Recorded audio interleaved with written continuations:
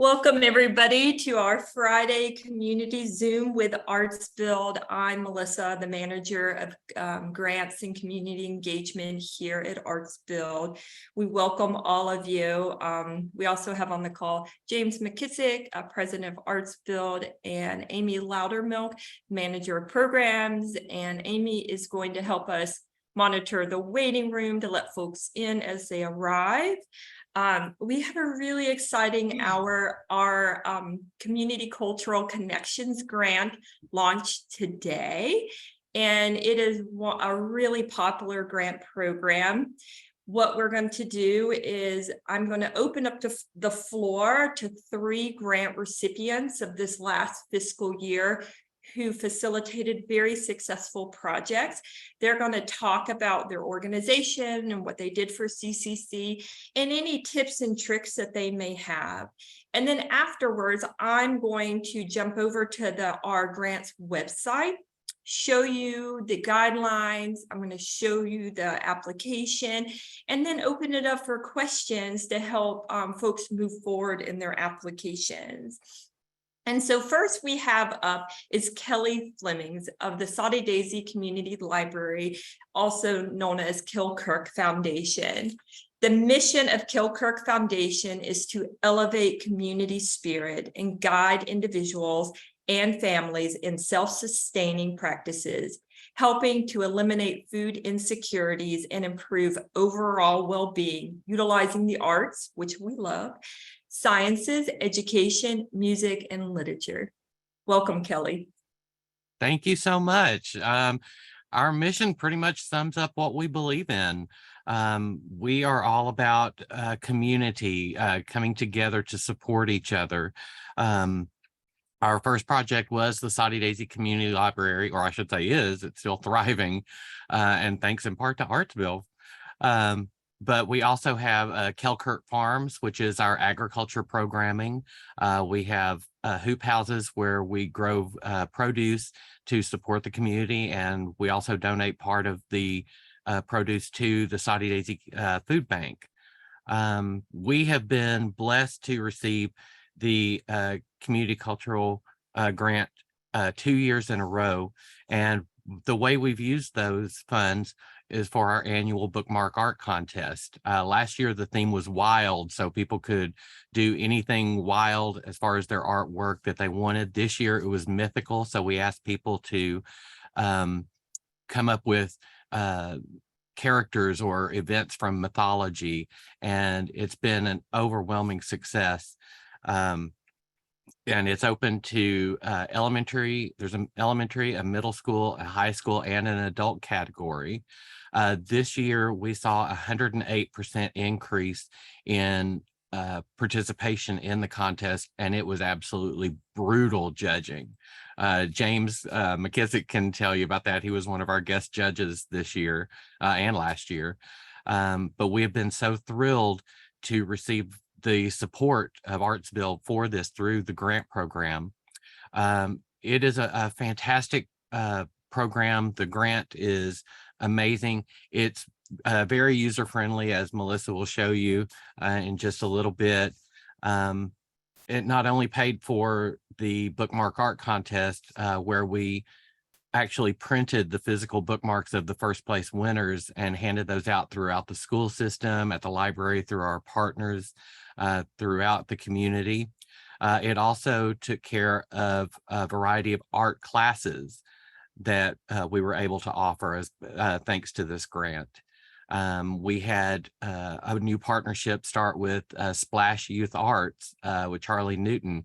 I had the opportunity to go in, read with some of his wonderful young artists, a mythology book, and buy them some mythology books to have for inspiration. We also had Alan Shuptrine come in and teach a class. We tried to create classes across the board as far as ages. We had youth art classes. We started a new annual art class called the Artistic Poetry Walk, where we went up to Soddy Gulf. And as people were walking around, we had a tree expert explaining the different trees. We had Jules Jackson, a wonderful artist and part of the ArtsBuild family, he came out and taught drawing classes so people could actually have a nature journal and draw elements of the trees. And at the same time, Curtis Cecil, the other founder, was going around and reading relevant poetry. So it was just this wonderful hybrid experience for people. So they got literature and nature and art and education. It was just phenomenal. But this grant is an amazing resource to draw from. My recommendation, get started early. Have everything that you need. If you're doing a specific program that has multiple elements to it, have everything down that you are going to need to fill this out. One of the things that I do is I look through the grant, pull all the questions, and type up all my answers separate from the grant, and then I just copy and paste. It makes it a whole lot easier. And something that's very important to us, to ArtsBuild, and hopefully to all of you, is diversity. We want to make sure that everyone is represented. Our base is in Soddy Daisy, and we are 96% white up here, but that doesn't mean that we are limited to Soddy Daisy, going to Splash Youth Arts. But it's also very important that, in a predominantly white area, that they experience diversity. We had an artist that was in the LGBTQ plus community. We had senior citizens involved, youth, Black, Hispanic, across the board. It's very important that diversity is recognized and celebrated in everything that we do, and hopefully in all that you do. So make sure that you make that a part of your grant. When you're planning out your event or program, make sure that you are including everyone. Make it as rich a cultural experience as you can. That is probably my greatest piece of advice for it. Thank you, Kelly. I appreciate that. Thank you. As Kelly spoke about, the goal of the Community Cultural Connections Grant, which we traditionally say CCC for ease of use. CCC, the goal is to expand arts and culture to traditionally underserved community members, populations within Hamilton County. One of the things you can find on our website is a mapping of where ArtsBuild has a footprint in Hamilton County. And you can jump on there, and we'll put the link in the chat, and see what areas of the county that might not be getting as that might not be as infused with arts and culture as other parts. So when you think of Center City, downtown, we have lots of arts and culture going on, and we want that to continue, but we also want to spread out within the county. And Soddy Daisy is one of those areas that has had an uptick of great arts and culture, thanks to Kilkirk Foundation, Soddy Daisy Community Library, as well as Keep Soddy Daisy Beautiful. So we really appreciate everything you all are doing out there. So next we have Monica Ellison. She is with Moving Groove Kidz. The goal of Moving Groove Kidz is to help children build strong, flexible, coordinated bodies and minds through movement and music. And so I'll open it up to Monica, and then Monica, you just let me know when you want me to run the video. Hi everyone, I'm Monica, and okay. Basically, the CCC grant has been great to us because it was the very first grant that I ever wrote and applied for. And we actually did it in 2019, so probably about 6 months before the pandemic. And it was great, and we got the full $2,000. And it was great for us because when we first started Moving Groove Kidz, it was just a for-profit business. But when we started offering classes to a lot of the Black-owned preschools and daycares, we came across this thing where they were like, we love your classes, the parents are going to love it, but every single parent is not going to be able to pay the price of what your class costs. And they told us, that we can pay this rate And, we really believe in all the kids having exposure to music and movement. And my husband and I totally agree. And we just kind of dove in and we made it work, like with taking like a discounted rate for the classes. And then we thought, could there be some funding for it? And then somehow, I don't even really remember how, but I saw something about the CCC grant or somebody told me, and we applied.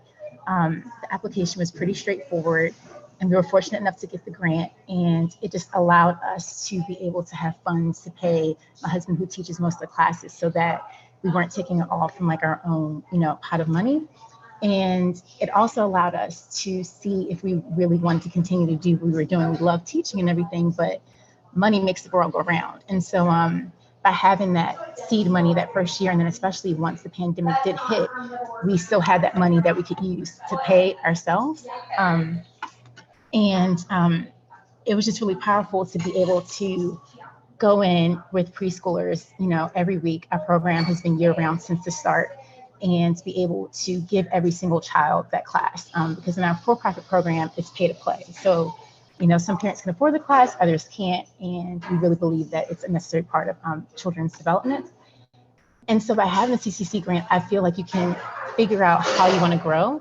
You can be a person that has a great idea and, and apply for the grant and receive money. You don't have to be fiscally sponsored or be a nonprofit. And so I think it's great because I think so many people have great ideas, but sometimes need, resources to enact them. And then if you're like how we are, you can have an idea, kind of have it implemented by having that first source of funding, and then seeing how that worked. And we applied, the next year and received it. It really helped us to realize that we were deeply committed to our value system, that we really believe that every child should have exposure to movement and music. And it helped us transition to decide we wanted to start our own nonprofit so we could get more grants. And by doing the CCC application, it really prepared me for when we were finally ready to apply for Tennessee Arts Commission grant. So it's like a really gateway application. And if you have any questions, Melissa's always willing to answer them. And I think that you should just keep yourself open to, when you think about this grant, if you know that you can do it, keep yourself open-minded and just be methodical and have everything organized. But I think it's a great way to try something. Give yourself a shot, because it's like the perfect amount of money, and it's open-ended enough so that you can see what can work.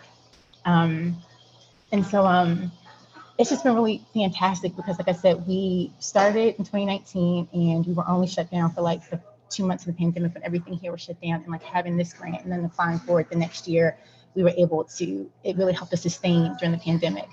This last cycle of using the grant, we were able to do something really different because we typically have used it to fund the teacher rate for our preschools. Because like I said, they pay a discounted rate and then we get individual grants and donations to cover the rest. But this year, we have a mission where we also would like to empower youth and to have and to start to train teachers. And we were able to work with a young man who is 20. And so he's in that transitional time because he was in a group home and he needed work. And we were able to hire him, and we were part of the 80 hours that he needed to have each month so that he could keep his housing in a group home and to stay enrolled at Chat State. And so that was really powerful to take part of the grant funds to continue to pay our lead teacher, but to also train a new teacher and to really help him at a pivotal time in life where, growing up in a group home, he didn't have the same resources and the same family backing to, make that leap. And, we didn't have it necessarily in our budget to pay him, but being able to use the grant to do that, it gave us another opportunity. And so his case was through Partnership for Children and Families here locally, and we've been connected to them. And so we're hoping that we can maybe do some more things like that for kids that are interested in learning movement and music. And if they especially have a need to like make some money to continue their lives, we'd be open to doing that again. And we were able to find this young man because we offered classes at Reach One Teach One, a local nonprofit for kids aged 5 to 17. When we told them that we had grant money that we could pay teachers to train, they called my husband up and they were like, we have this young guy that needs, some help, he needs a job, can you all do it? And at first he was a little bit reluctant because he's really into basketball, but when he realized he needed something to keep himself in housing, he took to it. And we were a great stabilizing force for him. And that's just been amazing because it originally started just to fund initially what we do, but to be able to share it with someone else. It's just like icing on the cake. So, yeah, Melissa, you can share our video because in this video, you'll see our youngest students, they're preschool age, and they're doing like free capoeira. And capoeira is an Afro-Brazilian martial art that uses movement, dance, acrobatics, and it's all fused together, and then high-level capoeiristas.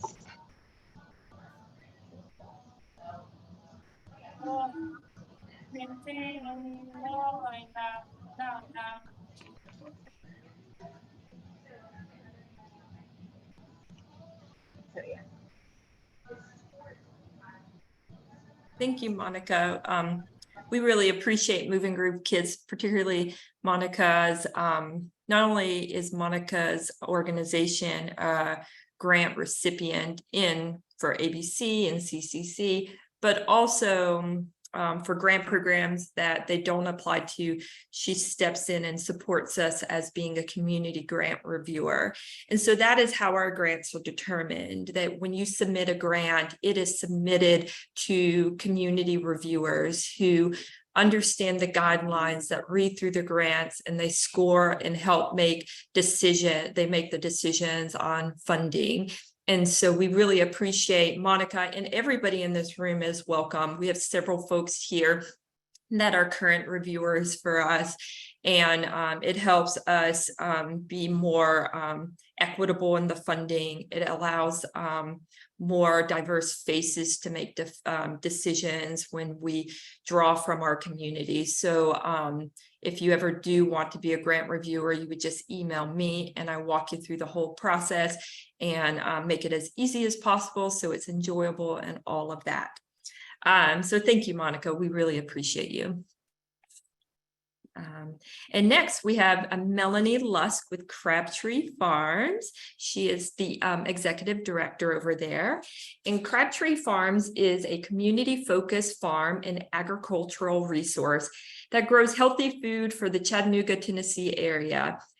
They educate children and families on the benefits of farms and local food. They grow for the market. They support the success of local farms, connect diverse people, nature, and places in a beautiful farm setting. Welcome, Melonie. Thank you, Melissa. This was Crabtree's first time applying for and receiving the CCC grant. And I think our strategy, or what we found, was a little bit different. So we used this opportunity of arts for a strategy for deeper engagement with the diverse folks that are coming out to the farm. And honestly, quite pleasantly surprised on how integrating the arts into the programs that we're already doing really strengthens that relationship with the folks that we're bringing to the farm. And this is really done primarily in our community garden program, which is designed mostly for those that live in the food apartheid or food desert area that surrounds our farm off of Rossville Boulevard. And so we use this funding really mostly for art supplies to conduct 3 different projects that we did within the scope of our community gardening program. And so we did painted gourds and signs for the community garden. We did a stepping stone project, and we did a mosaic pollinator station. And so while these are useful things to have in the farm, it also brought a lot of just vibrancy and color to the space as well. But what we really found through these activities, so the first one we did with our community garden annual kickoff, and at this event it brings in a very diverse sect of people that sometimes this is their first engagement with the farm, and so it can be really intimidating going to a new space, as we all know, and a space that you don't necessarily aren't familiar with, aren't necessarily initially comfortable with. But what we found about bringing arts projects into this into that particular kickoff was that it allowed for people to spend more time on the farm, and it allowed them to connect with people in a more meaningful way. So while they might be planting their garden and having people in spaces next to them, the actual activity of doing the art together, more like just literally like laid out people on tables where they had more communication face to face and working on something tangible together. And it just kept people on the farm longer, which we believe made them feel more comfortable and more committed to this being their space moving forward. And really, we're finding that the art and them actually having hands-on participation in a piece that's going to remain in the garden just lends that brings their self to the garden and some pride. And so when they come back with their families, they're showing this is what we helped create. So beyond just the actual vegetables and plants that they're growing, but the actual art that they've created as well. So we feel like that's really, really powerful, and really created space for meaningful connections, and also just the year to year. So like for example, one of the projects was these birdhouse gourds, and so for the last couple of years, the community gardeners have grown these gourds and have painted them and hung them in the trees, and it's really beautiful. But having these additional supplies really took it up a notch. And so we love the idea of the longevity too, through the different from year to year, having that art continue and having people have that permanent thing in the garden that they can continue to bring new people to come and witness. So really powerful in that sense. And not only did it just create permanent displays, but it really made an ecological impact too, by creating actual birdhouses and pollinator watering stations. So in terms of looking at climate control and things like that we know are also of interest with ArtsBuild, we're able to integrate the arts with connected and ecological impact, which I think is it just feels like a win-win all around. And additionally, just the pride in space, the intermingling across ages and across cultures. Generally speaking, in the community garden, we'll see a mixture of Latino, African-American, Caucasian, refugee people as well. And so it lends itself to a really diversity in culture. And just as food is a great connector, we have witnessed firsthand through the CCC grant that art is also a great connector. And so we're just really excited about this partnership and the merging of all of that.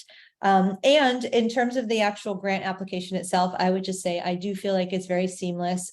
It's not real burdensome, which sometimes grant applications are. And again, Melissa is really great about being available to answer any questions and providing any insights. So we appreciate that as well. So thank you. Thank you, Melonie. As Melonie was talking, a couple of things popped into my brain. She keyed in on something important about the grant. You don't have to be an arts organization to apply. The goal is to expand arts and culture. And whether you're a nonprofit organization, a regular organization, a community organization, an individual, a government entity such as a community center or things of that nature. So it's a very wide breadth of who can apply, and we'll go into that in more detail.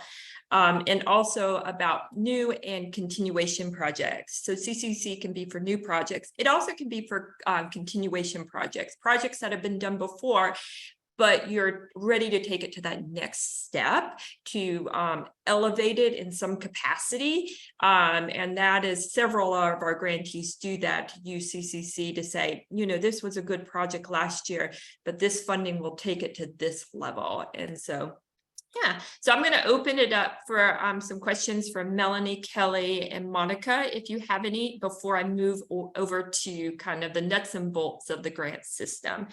So what questions do you all have for them?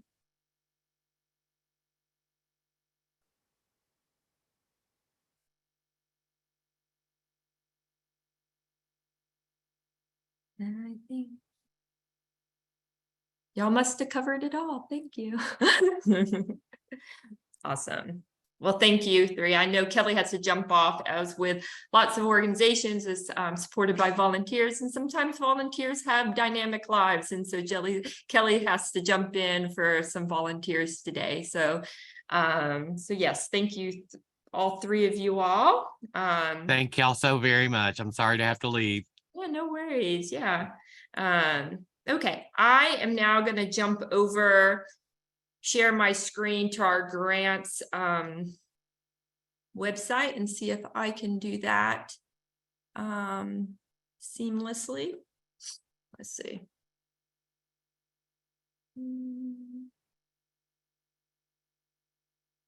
Or semi-seamlessly. Okay, here we go. If you could give me a thumbs up that you can see our grants, awesome. So we use a grant system called Submit, and many of you on this call have used it before. We've used it for about a year, and I think at this point we have figured it out, you know, with the new system, the glitches and things like that, just kind of getting used to it as administrators of it and also users of it. That said, if you're ever within our system and you're like, what in the world's happening? I'm very accessible via email and telephone. Just reach out and we will take care of it. When you go to artsbuild.submit.com, you will see a page that says active forms, and you click on that. The only active grant we have right now is the Community Cultural Connections grant. We're in our fiscal year 24. And as I conveyed earlier, this is a grant to expand arts and culture to underserved populations in Hamilton County. And, you know, in terms of age, individuals with disabilities, ethnicity, race, geographic location, and things of that nature. It is one of our more quick turnaround grants. So if you're a first-time grantee, you've never written a grant before, this is a wonderful one to do because it's very straightforward. It kind of helps you launch into maybe more intense, layered grant systems like Tennessee Arts Commission. If that's your next step, theirs is a little more involved, and so this one's a good one to, you know, dip your toes into. I'm going to scroll down. As you'll notice, there's a hyperlinked grant guidelines, and I'm going to jump over to that. Can y'all see the guidelines there? So this is your roadmap to the grant.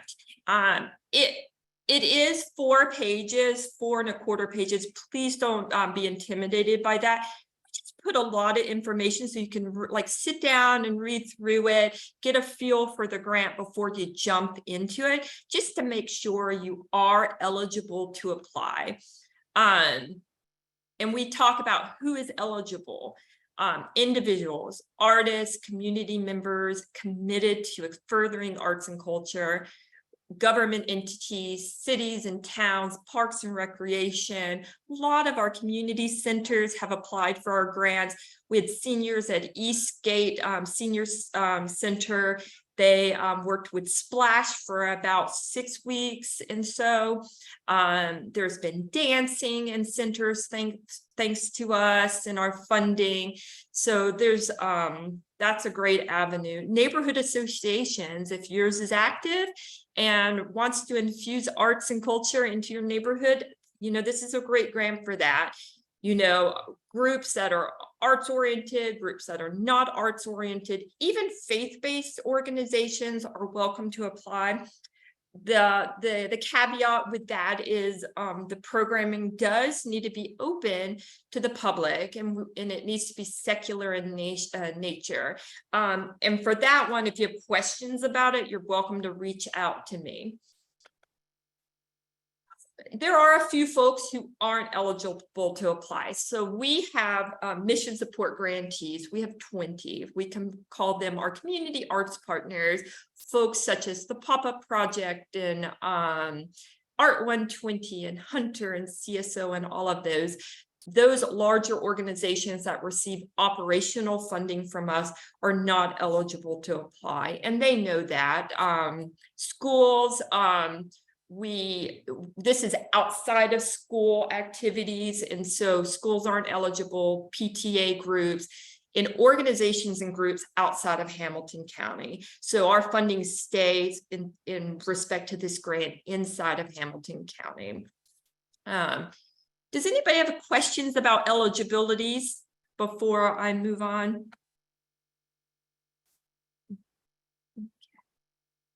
So those are the guidelines. And as you'll see, there's 2 links here where the program mapping is where ArtsBuild footprint has been in the last 5+ years. And we are actually in the process of updating it.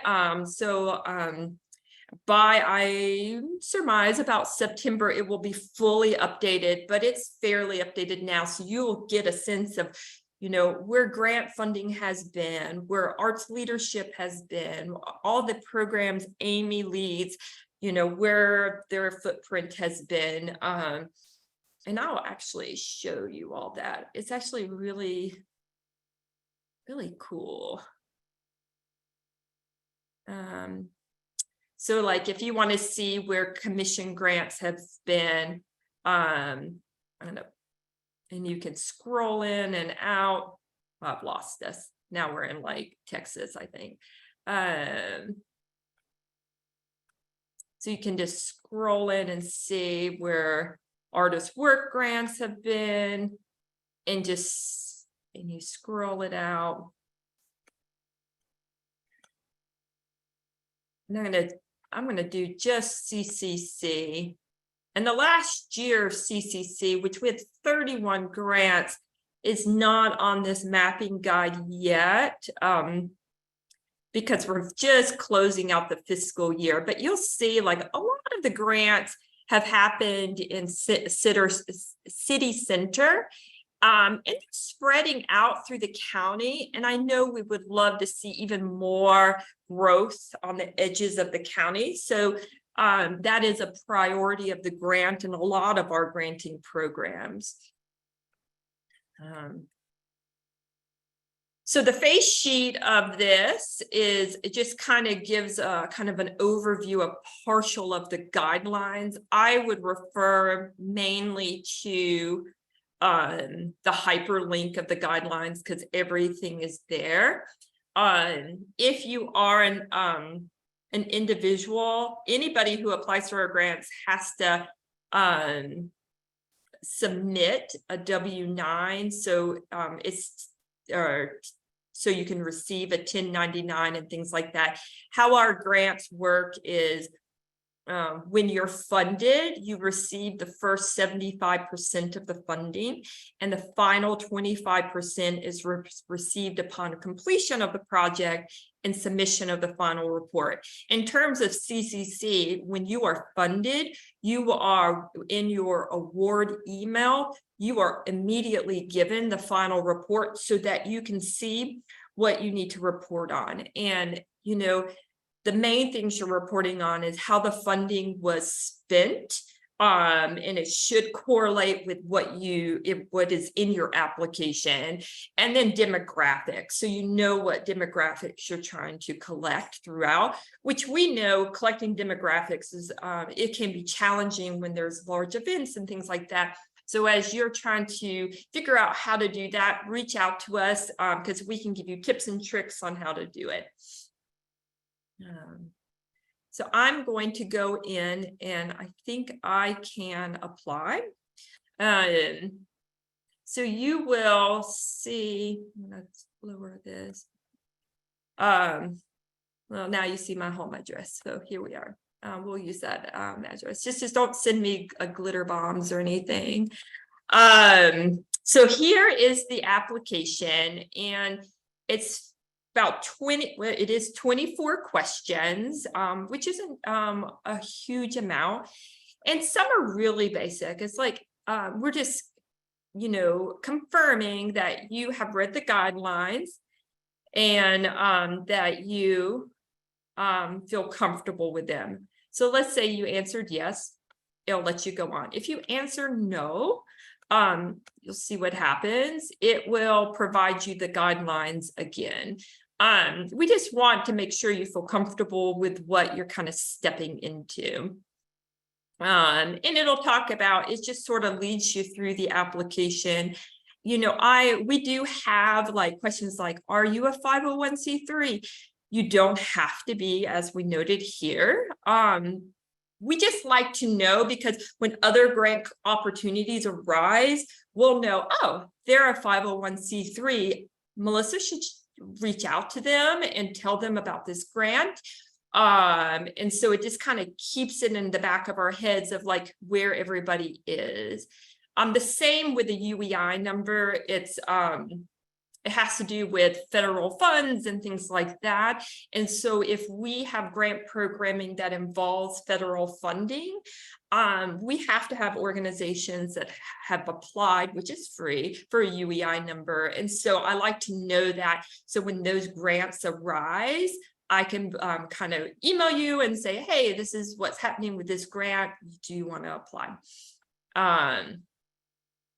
You know, for this one, this question, do you have a bank account? We put that one because individuals are applying, and we just want to emphasize you have to have a way to account for your money and cash the checks and things like that. I'm going to scroll forward a little bit because most of these are really basic. The grant is up to 2,000. You don't have to apply for all 2,000. I just can't apply for more. Dates of your project. Not only is it great to have that solidified in your world, but also it allows us to put it on our calendars so that as our staffing allows, we can come and support you in your project. And this one talks about new and continuing projects. So if, let's see, continue. And so if continuing did the project receive previous CCC funding, we just like to know that. I know it in my brain for the last 2 years that I've helped close out CCC, but beyond that, it's helpful to have the historical knowledge, kind of the ping, ping, ping, to just for me to go back and see what you have been up to. These are really basic. Okay. Tell us how the grant funds would be used in detail. So one thing about a lot of our applications is you can do for the kind of the bigger questions, either do a written answer or a video recording. And why we've done video recording is to make grants more accessible to everybody.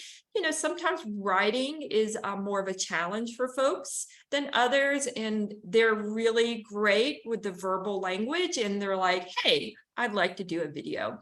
What I would invite you to consider when doing the video is taking time to practice what you're going to say, so it's really planned out and it's like an A to Z, so that you're trying to paint a picture for the reviewers to kind of be able to visualize your project, visualize success of your project. And so the video is a lovely option, but we have seen folks who just kind of jump on there and talk. And though their personality is beautiful, we can't quite understand their project because it wasn't planned out what they were going to say. So that's that. So the budget template. This one is probably one of the more important aspects of this application. As you'll see, is that we do require that you use our template because it keeps it consistent among all the applications when I'm collating data and things of that nature. I think I can bring up, and I'll bring that up.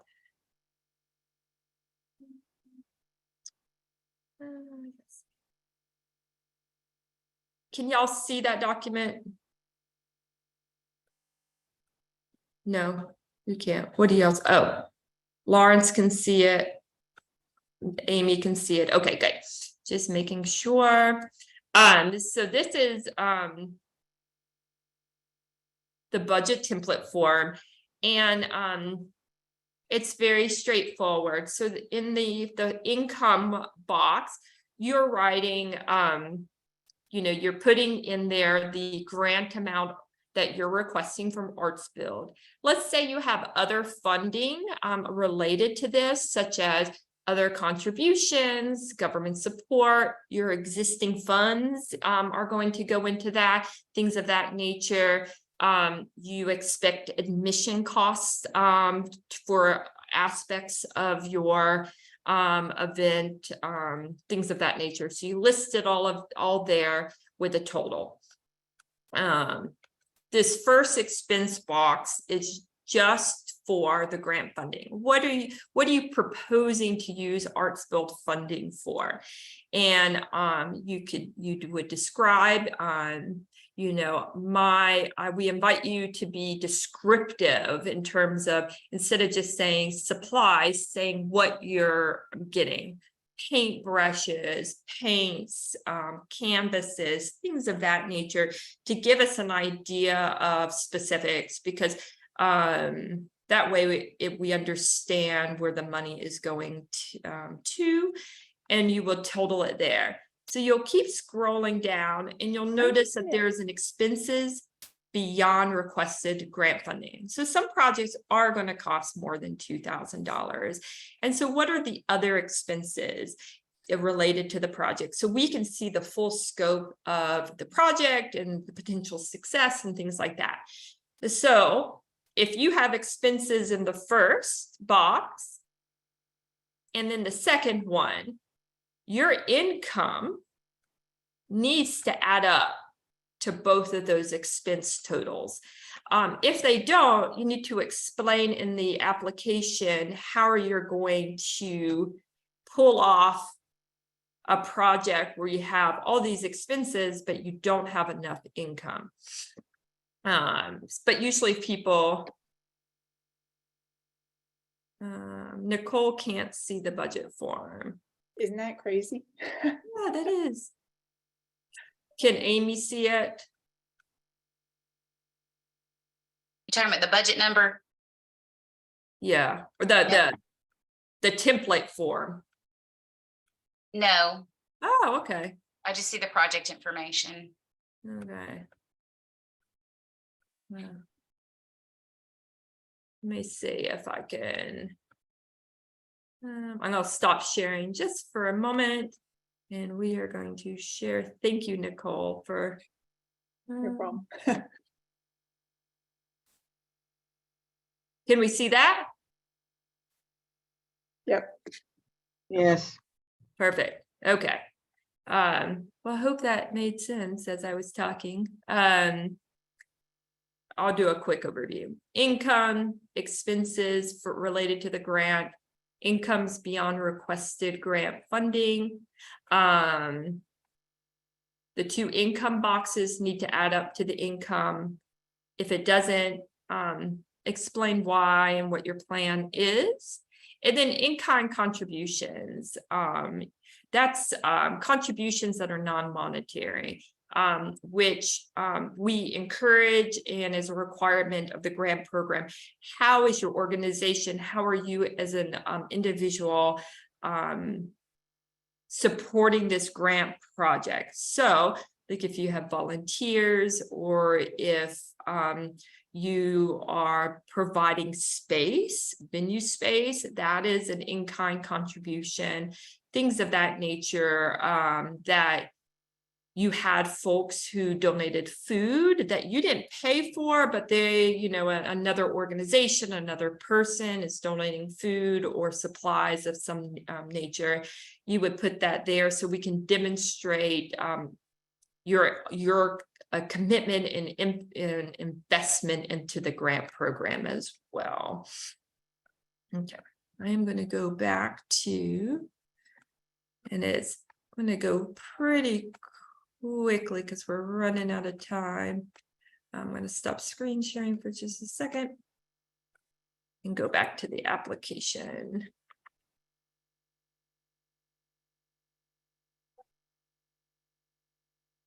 Okay. So y'all should be able to see the application here again, and you'll just see how you scroll through, answer the questions. You know, when you leave, save and quit. I'm gonna go through all of that. Provide work samples. So a big aspect of this grant is that we have community reviewers each month that review the grants. They will start reviewing in July, and they will review up to 4 applications a month. They review the applications on the fourth Wednesday of each month. So in July, they are going to be reviewing applications. If I date, I can't find the date. Whatever the fourth, it won't let me look at the date while I'm on here. But it's the fourth Wednesday of July, and how they review is they read through everything, and they will provide me questions and comments about your applications. And if you're going to be reviewed in July, I will get you those questions and comments, because on that fourth Wednesday of the month, there will be a 1-hour Zoom where you will be invited for about 8 to 10 minutes to talk about your application and to address the questions. And then they will make a funding decision. And then that next day, I will email you with their decision. One of the things I will say is July and August, people are going to flood the system with applications, which is lovely. I'm glad there's a lot of interest. Let's say you have the capacity to do a project early October through June 30th, 2024. That's when the fiscal year ends. I would focus projects more towards early fall or spring, because I can already see an uptick of people asking for funding for August and September. And I just want to kind of level set with folks. And that said, even if your project is in next May, go ahead and start thinking about your project and getting in an application in July or August, so you can get reviewed and the money can be allocated for your project. So don't wait till January to apply for a May project, because by that time the money will be gone. So I'm going to stop screen sharing because I have given y'all lots of information. I'm going to open it up for questions that you have, or comments, or needs for clarification. I thank you for getting that thing so I could see it on the budget. Of course, template. thanks for telling me. And the one curious thing I had is, like, is there a limit to the number of applications you could make for this grant for the year? Like, yes, thank you for asking that. So a person, organization, entity can apply up to 2 times per year. The first project has to be completed and successful, and then they can reapply. Last fiscal year, we had 2 organizations that were able to roll through 2 projects, and that's about average. Is they did a project in the fall, and then they applied again and did one in the spring. So yes, twice.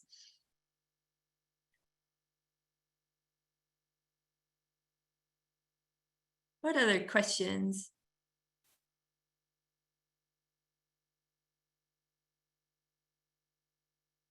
Okay. I am going to, let's see. I want to show you all really quickly the organizations that did apply last year. And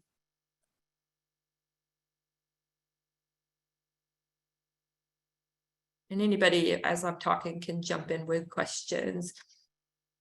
And so last year we had 31 CCC grant projects funded, and you'll see a very diverse group of folks like Chattanooga Hip Hop Summit, Soul Dance, Kilkirk Foundation, Chambliss Center for Children, the Eastgate Community Senior Citizen Center, Ronald McDonald House, River City Company, Cheryl Binford, who does the mannequin work. So a lot of great projects. These are some pictures of like Rhyme and Chat. We have the nature class through Kilkirk Foundation, Soddy Daisy Community Library. The bottom picture is of Crabtree Farms.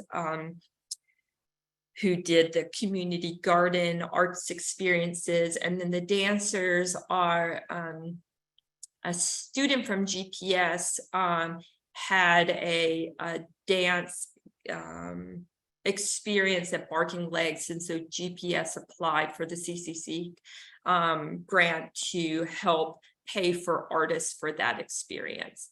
As you'll see, this is the application link. You can find it through our website as well. The pictures are of Soul Dance and the gentleman at one of the experiences. The middle picture is the YMCA. YCAP did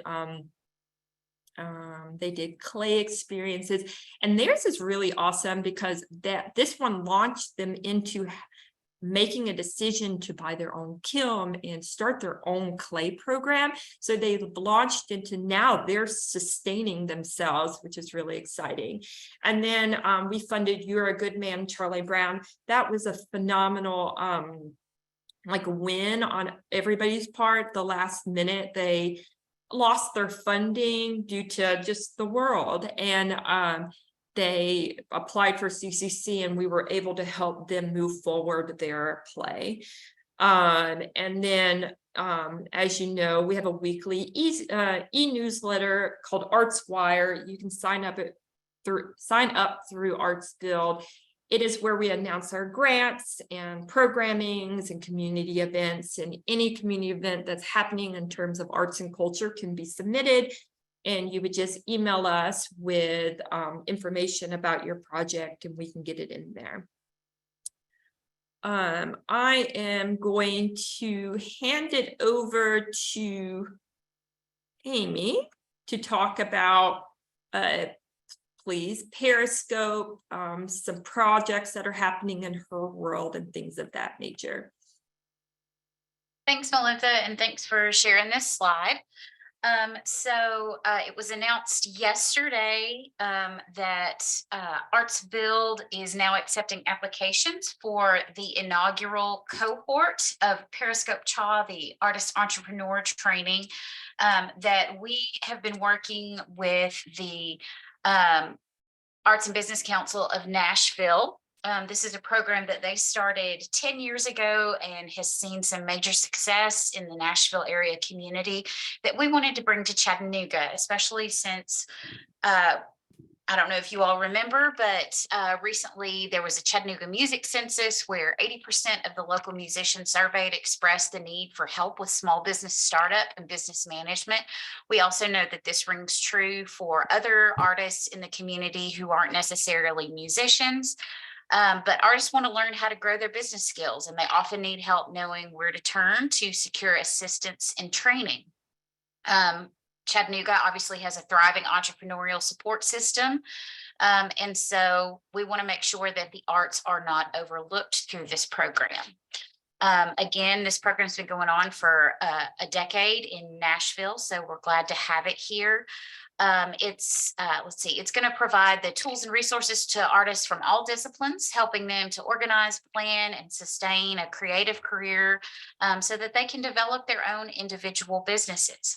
So if you have any information or any questions about this program since the information was released yesterday, and feel free to go to ArtsBuild social media to see the video that Mayor Kelly released yesterday in support of this great project.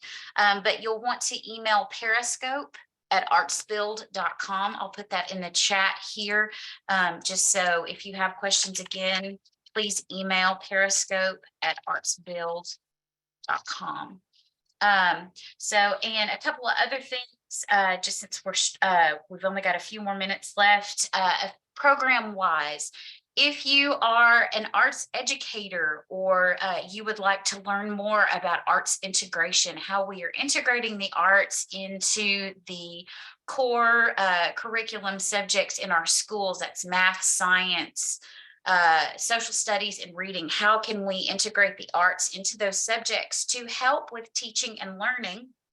We have a great opportunity for those educators to join us at the Art Space Collaborative at UTC at the end of July. It's the last week of July, July 24th through 28th.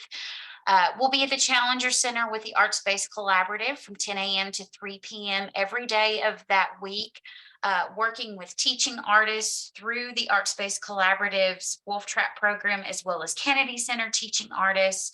And again, we invite all arts or any educators within the community. You don't have to be just a fine arts educator. And it's a great opportunity to work with a colleague at your school or your organization. So if you have any questions about that or know of folks who want to sign up for that, please share that information with them. And they can also email me for more information. Because we do have 2 separate registrations for that. One is for Hamilton County Schools teachers specifically, because they have a special platform that they use to record professional development hours. And then ArtsBuild has developed their own registration that we can share with our non-Hamilton County schools teachers. So that's homeschool teachers, our arts educators within our different organizations, and also through our early childhood programs across the city. Lastly, another great thing happening in July is we're going to have another one of our art supply drives to benefit the Hamilton County Schools Back to School Bash in August. So we are working on some shopping lists that you can look at on the Walmart website or on Amazon, where you can order or get ideas for the types of school or art supplies that our Hamilton County Schools students need. I will tell you, last year, after collecting items for a month, we were out of our supplies within the first 30 minutes of this 3-hour program that Hamilton County Schools puts on every year right before school starts. So we need markers, crayons, colored pencils. Please send them our way. You can drop them off at ArtsBuild, or you can order from Amazon, Target, Walmart, whatever your favorite store is. But we definitely need more support this year from the community. So that's all I have. I'll hand things back. Oh, actually, one more thing. Our community Zoom next month, at the end of next month, we'll be hearing from local members of the media, so that our arts community can learn how they can best promote the work that they are doing, and to get some rules of thumb from each one, from newspaper, television, and radio here in Chattanooga. So if you are interested in how to promote any projects you have going on, we'll have some great people with us at the end of July to help you come up with a strategy for that. So, all right. Thanks, Melissa. Thank you, Amy. I have a couple announcements. So on Thursday, September 14th, we're having a phenomenal event, a celebration of the arts in Chattanooga, with a special guest, Alan Cumming, with whom many of you know. It is also an evening that we are celebrating the Ruth Holmberg Arts Leadership Award recipients. It will also be an evening of showcasing local arts. So it'll be a very dynamic evening. You can get your tickets through our website, which we'll put into the chat link. Into the chat. And I'm going to go back to upcoming grants. Not only is CCC live, many of you are applying for ABC is due July 3rd. So if you haven't jumped on it, you do still have time. It's through the Tennessee Arts Commission. Hopefully, if you're applying, you've already either submitted or it's in draft and about to be submitted. And then look forward to our Regia grant, our racial equity grant, which will open up in mid-August. It will be for artists who are BIPOC and identify as female. It's an up to $10,000 grant. So keep an ear out for more announcements about that in our newsletter. And I'm going to stop screen sharing. We have about a minute or two. If anybody has any questions or announcements that you want to make in terms of your the work you're doing in the community.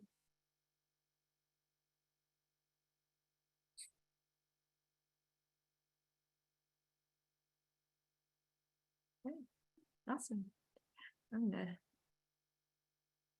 Hey, Melissa, it's Emma with Scenic City Shakespeare. Can you hear me? Yes. We have one more day of camp. If you have kiddos that are interested, today is our last day, 1 o'clock and 2 o'clock sessions at Avondale Branch Library. We're doing puppetry camp.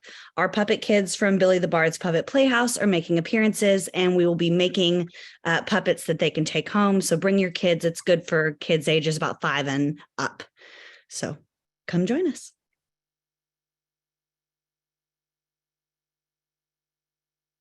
Awesome. Anybody else comments, questions before we sign off for, well, I think it's a rainy Friday today. I just wanted to say, I have a group, one I call B Sharp Duo, like a collective, and then I also have a trio, which is going to be piano, bassoon, and flute. It's going to be really lovely in the middle of July and early August. And so I'm going to send out something in the letter to invite everyone to those concerts.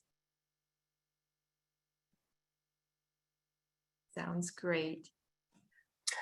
Hey, Melissa, good to see you. Good to see everybody on here. I'm Nicole Coleman. I'm a CCC grant reviewer, been doing this for 8 years.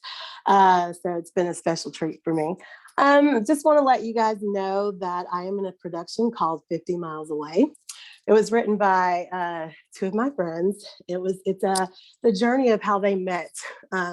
They met at a rest stop, and then they've been traveling ever since. And now they are married.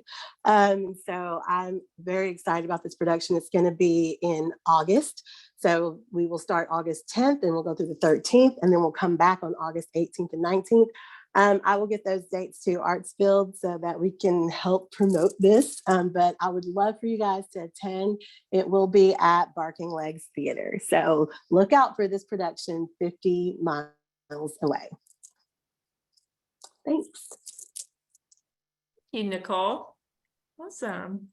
Well, great. Well, this has been a really lovely hour. As I said, just reach out to me at melissa@artsbuild.com with any questions. If I'm slower this next week, I'm taking a smidgen time off, but I will be back on the 10th. But we are keeping an eye on applications and things of that nature. So, just have an enjoyable next week, and then you'll hear lots from me the moment I come back. So thank you.